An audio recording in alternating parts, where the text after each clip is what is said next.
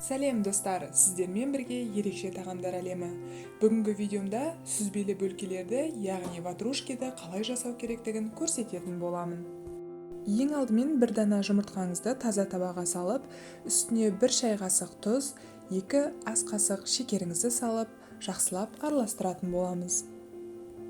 Достар, каналыма тіркеліп, өз пікірлеріңізді жазуды ұмытпаңыздар. Алдағы уақытта ең оңай деген рецепттермен бөлісетін боламын. Содан соң үстіне міндетті түрде жылытылған сүтімізді құямыз. Одан кейін 1 пакетик ванильный сахардың жартысын ғана қосамыз. Келесі жартысын начинкасына, яғни салмасына қосатын боламыз. Құрғақ ашытқымызды ұнның үстіне салып, қасықпен жақсылап араластырып аламыз.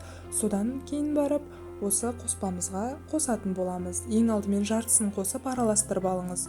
Содан кейін ғана барып, қалған жартысын қосатын боласыз.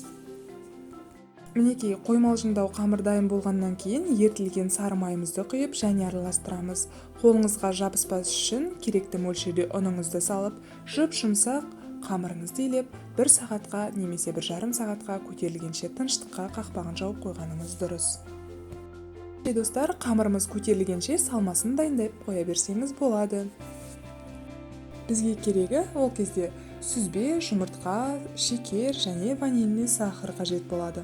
Осылардың барлығын жақсылап араластырып, салманы дайындап қоямыз.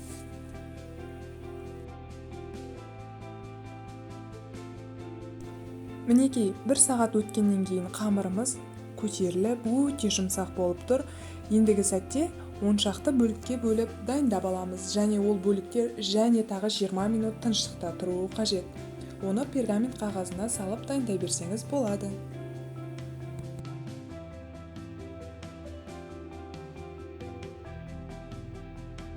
Жиырма минут өткеннен кейін қамырымыз 2 есе тағы көтеріледі. Содан соң салмасын салатын жерін дайындайтын боламыз.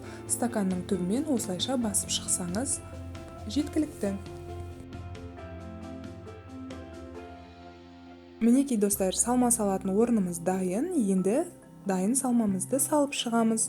Содан соң сүт пен жұмыртқаның сары уызы қосылған қоспамен беткі жағын қызарып пісу үшін сылап шығамыз, яғни жағып шығамыз.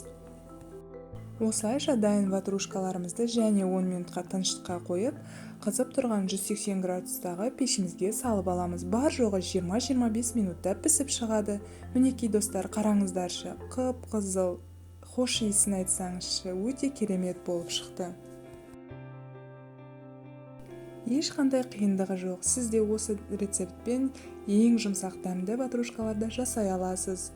Видеоны соңына дейін көргеніңізге рахмет. Баршамызға ас болсын достар.